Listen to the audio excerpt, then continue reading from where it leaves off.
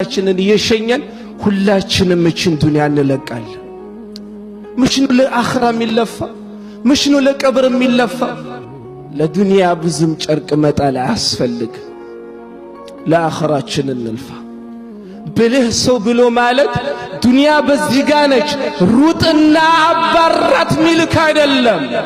ብልህ ሰው ብሎ ማለት ከአኺራ ስትሳነፍ ከመስጂድ ስትሳነፍ ከቁርአን ስትሳነፍ አላህን ከመዘከር ስትሳነፍ ተዳክመሃል ብሎ ወደ አላህ መንገድ እንድትመለስ የሚያመላክትህ ነው።